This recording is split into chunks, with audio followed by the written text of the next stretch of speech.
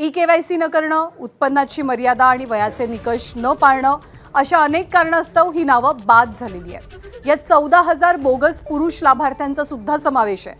लाडकी बहीण योजनेमुळे राज्य सरकारच्या तिजोरीवरती पडलेल्या बोजामुळे कॅगनं सुद्धा सरकारवरती ताशेरे ओढलेत। या योजनेअंतर्गत करण्यात आलेल्या 3,542 कोटी रुपयांच्या खर्चाचं कोणतेही ठोस समर्थन करता येणार नाही असं कॅगनं आपल्या अहवालात म्हटलंय। तर त्याच वेळी योजनेवरनं पुन्हा एकदा सत्ताधारी आणि विरोधकांमध्ये आरोपांचा भडका उडालाय।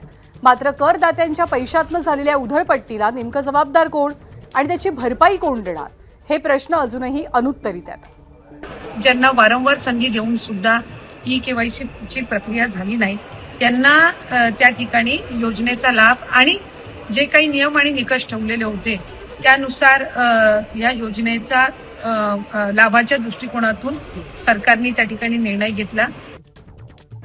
बघा, केवायसी ही सगळ्यांनाच कंपल्सरी असतं।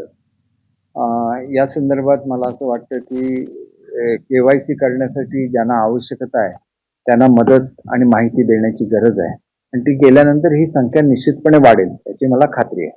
अयोग्य असतील तर कमी करावे, पण 92,00,000 जर नावं मग माहिती नाही कमी जागे असेल तर याचं एकच कारण आहे, ई-केवायसी योग्य अजून मुदत वाढवण्याची आवश्यकता आहे। ई-केवायसीची मुदत वाढवली तर हे नावं योग्य पद्धतीने येऊ शकते।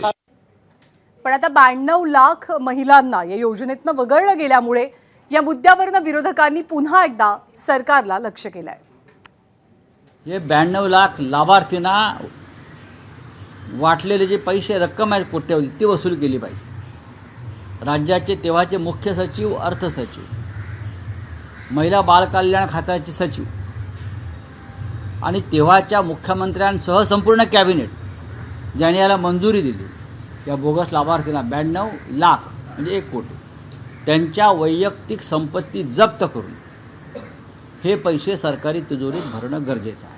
तुम्हाला आता लाडक्या बहिणी जड वाटायला लागल्या आहेत का? जिथे तुम्ही लाडक्या बहिणींचे सगळे लाड पुरवतात, त्यांच्या सगळ्या हट्ट पुरवतात, तिथे महाराष्ट्रातल्या माझ्या लाडक्या बहिणींवरचा खर्च काढण्या इतपत किंवा आता त्यांच्यावरती होणारा खर्च हा तुम्हाला जड वाटायला लागलाय का?